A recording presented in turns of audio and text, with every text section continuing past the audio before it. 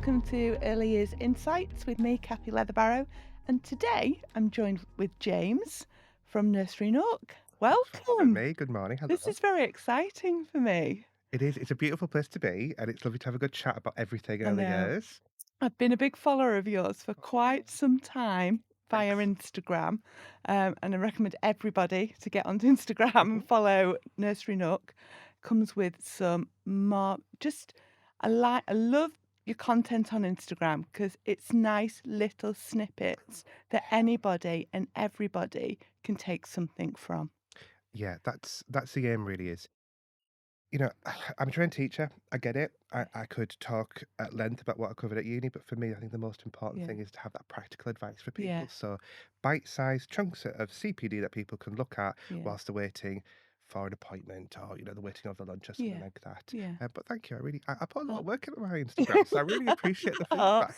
no, Thanks. but I love the approach though, James, because, for a lot of people working in early years, reading textbooks and learning, via, whether it's worksheets or Mm, bite-sized courses and, it can be too much, it can be heavy and I think that's what people love in early years because 'cause we're generally practical people. yeah. They can see it's a practical illusion, and creation of this is what it can look like and this is why we do it and the outcomes are huge and it's visual. It's, anybody can grasp it in any setting working with any children within early years. That's it. I think when I do training courses and people come for a full day, they always say to me at the end, I'm so exhausted.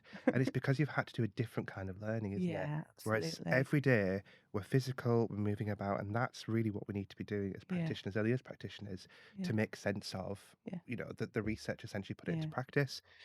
So thank you. Yeah, I like to think that every video I put out there, every time I talk to a camera, yeah. every time I've done 15,000 takes for a video, it's been worth it because people can actually take it away and do something Yeah, meaningful with those things. And a big thing for me is recognizing that people don't have a lot of time in the sector to yeah. be spending, an hour and a half looking up about one particular strategy. No.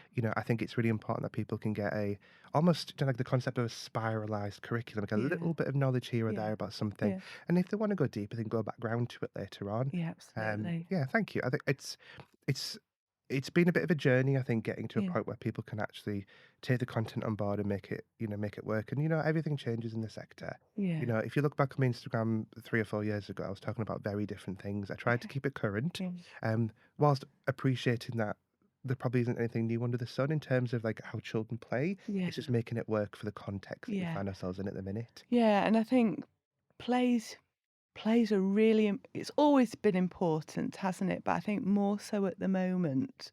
There's, you know, the importance of plays come out again, hasn't it, Yes, to yeah, fruition and, you know, um, connection before curriculum, and if you've got that connection and that play, then I'm not saying you don't have to worry about curriculum, but it comes more naturally, doesn't it? And yeah. children repeat and retain easier through play than a well-planned and well-resourced activity, really. 100%. I have very strong opinions about the term curriculum and activity. Yeah, I completely agree with this idea that I suppose we're trying to fit quite a lot into our day, aren't we? That's Yeah, the thing. And I think a lot of people yeah. hit the ground running, Mm, in inverted commas, in September or whenever the children first come in to try and make as much impact as possible, to yeah, teach as much as possible. And we really feel that pressure, internally as well as externally about what we've got yeah. to cover. But I think we often forget that actually, if you don't have a relationship with the children, Mm. if they don't want to be with you, you're really going to be slogging it out for quite a long time, getting Yeah, them to understand what you're trying yeah, to say. Yeah, a lot of my work at the moment is trying to shift from activity led, being mhm, this idea of seeing something online or, trying to fit into a learning mhm, objective, mm, to following the play of the children, to recognize their natural play yeah, rhythms, what they're bringing with them from yeah, home, really trying to step into their world. And give them ownership as well yeah, over what they're doing with absolutely. us. It's a very short period of time that they're with us. Yeah, And there's so much learning to be had, of course, and it can happen, but we need to respect and value what they're bringing with them, yeah, you know? and what life is like, what their Yeah, life is like at that time, yeah. isn't it? And and then, all those enriched vocabularies would naturally come through play, Yeah, don't they? 100%, yeah. The interactions is so important. I mean, it's always been recognised as very important, but I think Mm, it's more so important now than it ever has been because we've got a mm, lot of children coming to us with play diets from home or outside of mm, settings where it's an awful lot of screen time, perhaps it's an mm, awful lot of passive communication. yeah, So, parents might be on their phones or doing something else while they're talking to children. So, actually, we need to be able to maintain those genuine, honest, real conversations with children where we show an interest in them. I'm not being critical about what parents are doing. Parents are very no, busy and it's the mm, world we live in right now. But it makes it even more important in our settings that we can focus on those early skills of being able to attend to yeah, the children, take turns, listen very carefully to what the people around us are saying. Those are life skills that they can use yeah, later on. absolutely. And I Yeah. think that's been shown through, what we're calling the COVID babies, Yeah. isn't it? Who are now at reception year one Mm, and are really struggling with, their prime areas of learning because their poor parents were isolated, as were they. yeah. They weren't getting that enriched, environment and people and conversation, and connection with others as well, It's isn't that it? connection. When I was growing up, I used to go to a church playgroup with my mum all the time. It was good fun. And it was one of those situations where the mums would all be in the corner, cup of coffee, having a good chat about life.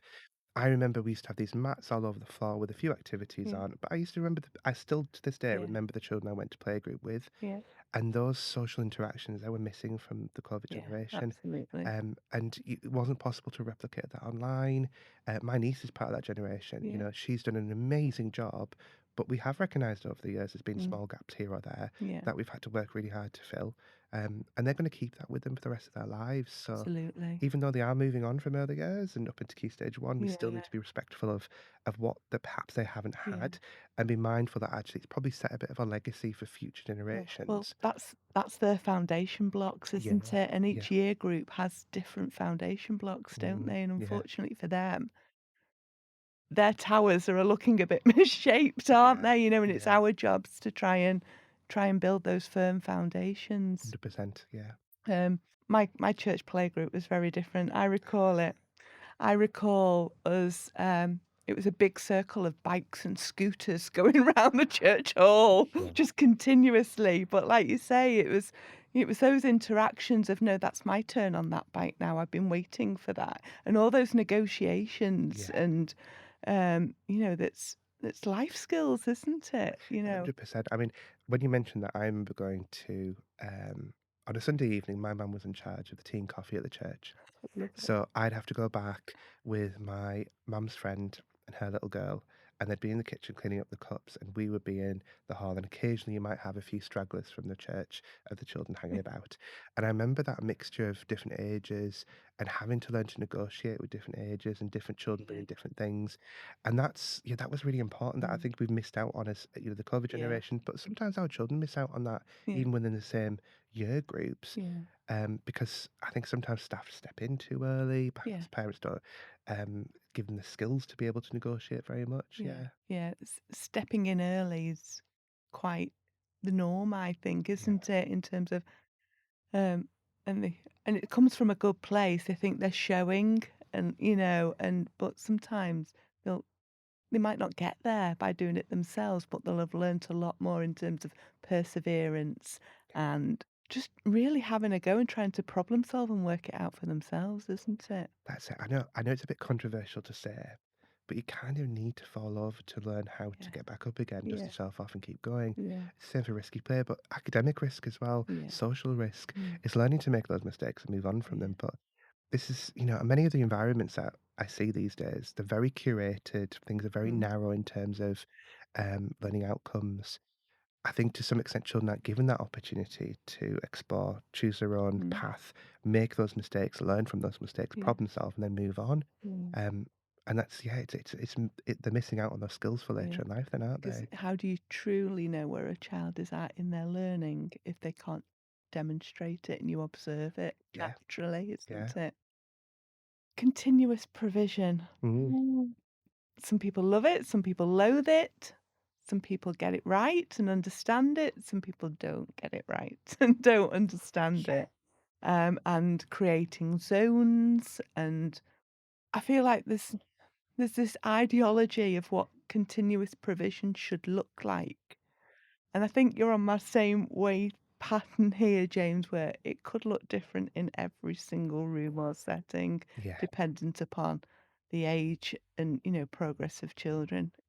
For example, the one that comes to my mind instantly is shelves, like a colouring station at the table where there's pens and papers and stuff like that. And usually the pens may be organised in pots of different colours. Mhm. But if they know the colours, if they're that age where they know the colours, then why are they sorted like that? Where's the Yeah. learning intention there for that bit of am I right on your 100%. your way of thinking? So I'm just, although it looks lovely, to really get underneath continuous provision and make it working truly effectively, there has to be a lot more thought into it, doesn't They there? do.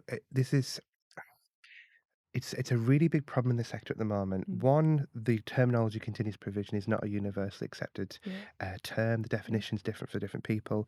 For me, continuous provision is meant to be the continuous resources that are there every day, yeah.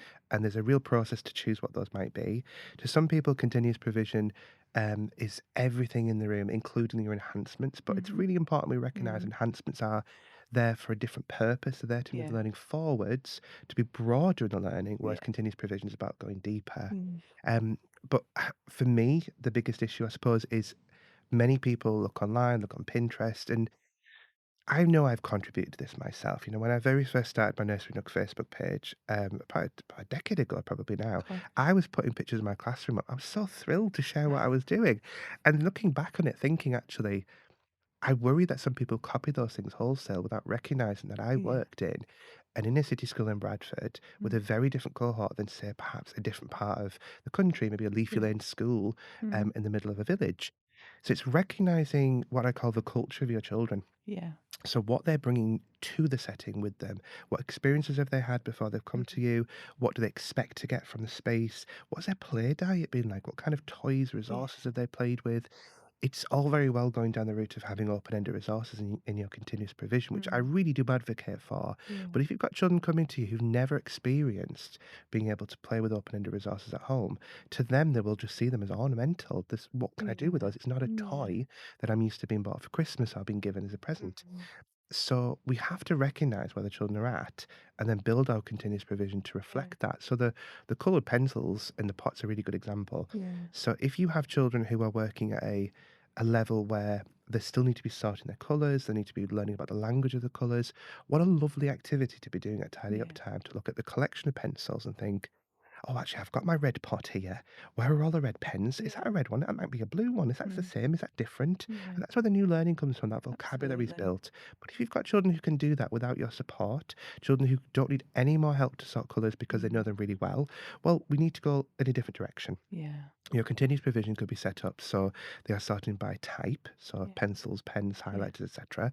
But you could also do by colour if you want to, but maybe look at shades, so have Yeah. light blue and dark blue. Mm. It's about making sure that whatever you're putting in continuous provision is pitched at the right level for your children Yeah. so they can do it partially independently, but there's learning to be had about moving forward Yeah. and going It's deeper. making them just stop and think slightly, isn't it? Yeah, On, is this right? yeah, Or is it, and then that's where your support comes in, doesn't it, from your 100%. Yeah. adults? It's a really I love continuous provision. It's I could have you here for 24 hours talking about it. Um, I feel like as a sector we're doing a really good job at moving forwards. I Yeah. think there's a real recognition of continuous provision being built for purpose. Mm. It's all about really tuning into what the children need to get from the continuous provision and reflecting our curriculum. Now, I know we talked about curriculum earlier on being not Yeah. the first consideration. The relationships are Yeah. important, but people need to remember that your continuous provision, is actually your strategy, your method of delivering your curriculum. Yeah. If you want to deliver it at tables and chairs, if you think the children can handle that, you Mm. can also do that. I mean, I would Yeah. never advocate for that, but the whole point is you've chosen play-based provision Mm. as a way to deliver all of these points on my curriculum that I want to teach, whether it's a statutory curriculum. Many countries have got requirements about specific things to teach, but other countries like in England, we can adapt our curriculum. We can bring things in Yeah. that are unique to our setting or our culture. It's been able to reflect on that, thinking, actually, in my curriculum, I've put down that I want our children to be doing lots of baking. Mm. How am I going to build provision to support the skills and knowledge Mm. associated with baking? Well, I'm going to take them to the baking room and do some baking with them, of course, but actually, I need to have a home corner where they Mm. can go in and they can play and pretend to bake Yeah. using these jugs and spoons and bowls and mixers and make sure those things are reflective of the Yeah. experiences they've had so they can go deep with those things. I'm a gardener. I love to garden. I've got an allotment. It's one of my favorite things in the world. For me, my continuous provision has historically reflected that passion of mine, Yeah. but also recognizing that my children can get a lot of learning from that. Absolutely. So I would have a home corner, but I also have an allotment outside, and I make sure that that's part of my curriculum. So it's part of the curriculum that I'm delivering through our continuous provision. So it's making sure that you know your curriculum very well. Don't treat it Yeah. as a dusty document on the shelf No. somewhere. It's a living, breathing thing that's being designed to reflect the children that you've got, Mm. thinking very carefully about where you want the learning to be, and then building provision to reflect that. Yeah. It's being confident in knowing your children, isn't Yeah, it? 100%. And take the confidence from them, Yeah. and, follow their lead with that, isn't it? If you don't know your children, if you're building a curriculum and then a continuous provision without having had time to meet your children, Mm. do home visits, which I know is very hard these Yeah. days, but being able to at least meet them, have conversations, tune Mm. into the typical experiences they might have on a weekend, maybe it's going to the park or the beach. If you don't know those things, you're going to end up building a very generic curriculum and a very Mm. generic provision, which the children can use to learn because there's certain things that are generic. Mm. We want all of our children to be able to develop an understanding of numbers and use And a vocabulary. love for I books love a and books, yeah, yeah. but it's the nuanced little differences. So, Yeah. I love a books is great, but if you've got children who are going to the beach every weekend, Mm. actually a real hook into that might be to have books that reflect the experiences Yeah. of looking at a rock pool or the lighthouse keeper's lunch, things that they know a lot Yeah. about as a jumping off point for deeper learning.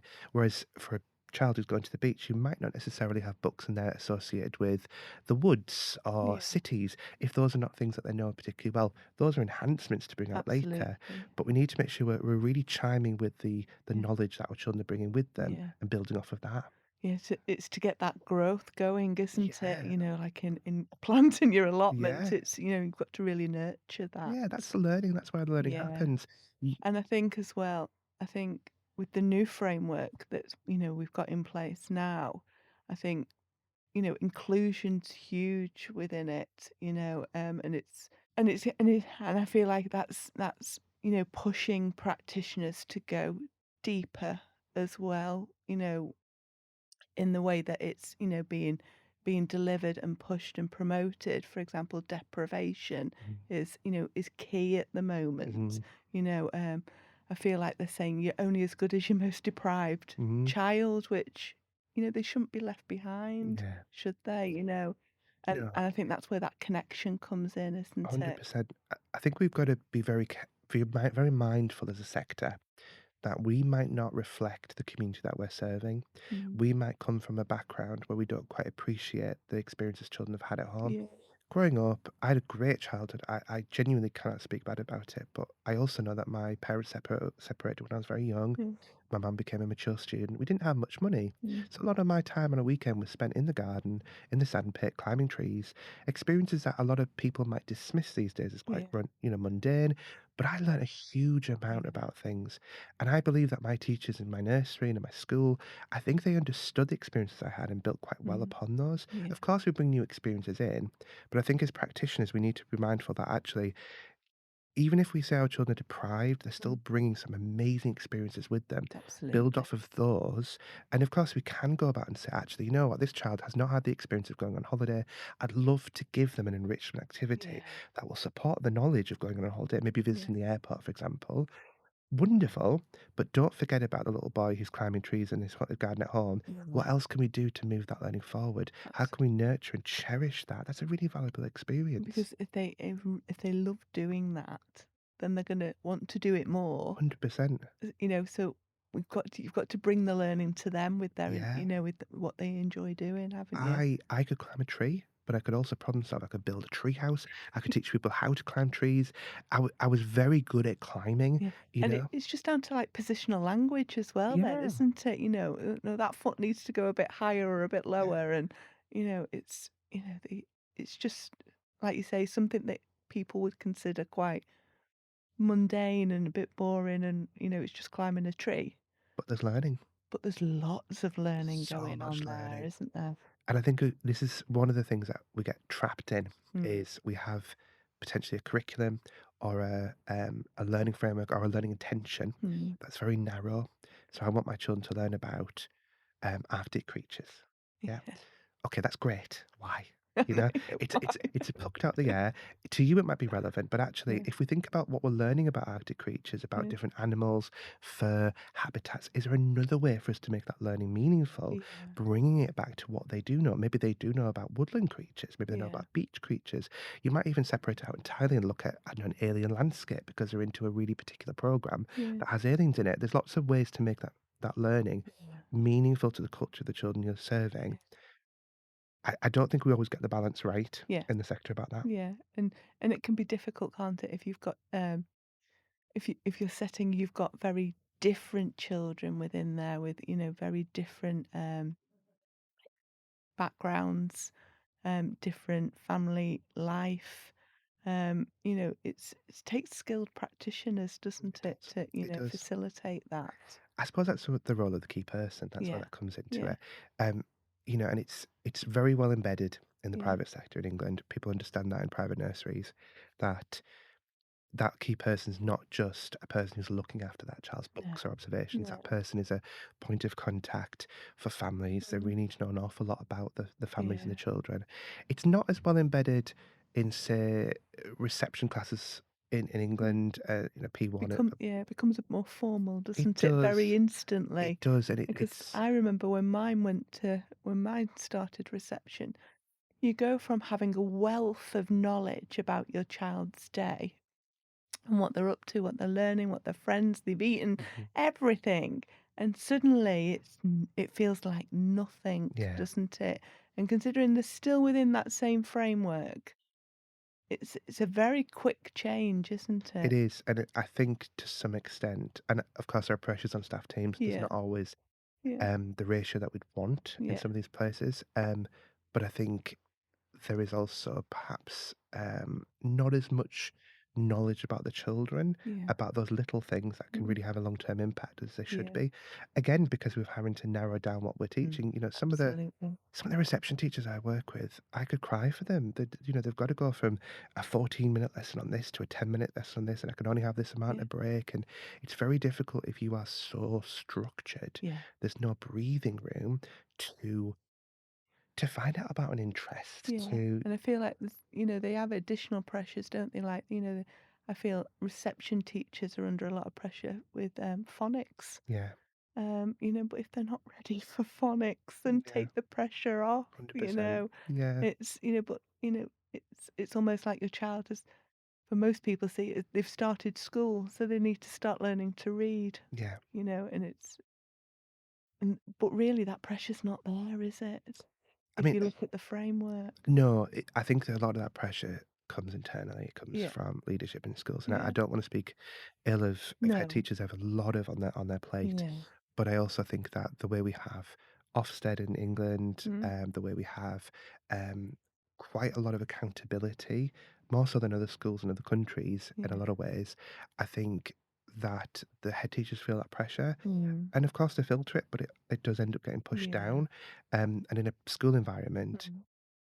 nursery and reception for a very long time were able to get by doing what they were doing. Yeah. There's so much more focus now on early years. Yeah. I'm hearing about inspectors spending whole days sometimes in early Yeah, years. well, I think, people see the importance of Yeah, it and now, rightly don't they? so. And they see how having an a really good early years, foundation pays off dividend, Yeah, doesn't it, as they progress throughout the school? and it's important to focus on it, but I also think that what that comes with then is an awful lot of pressure to make sure we're hitting all the targets and to some extent even laying foundations for subjects that might be taught in Key Stage 1 Yeah.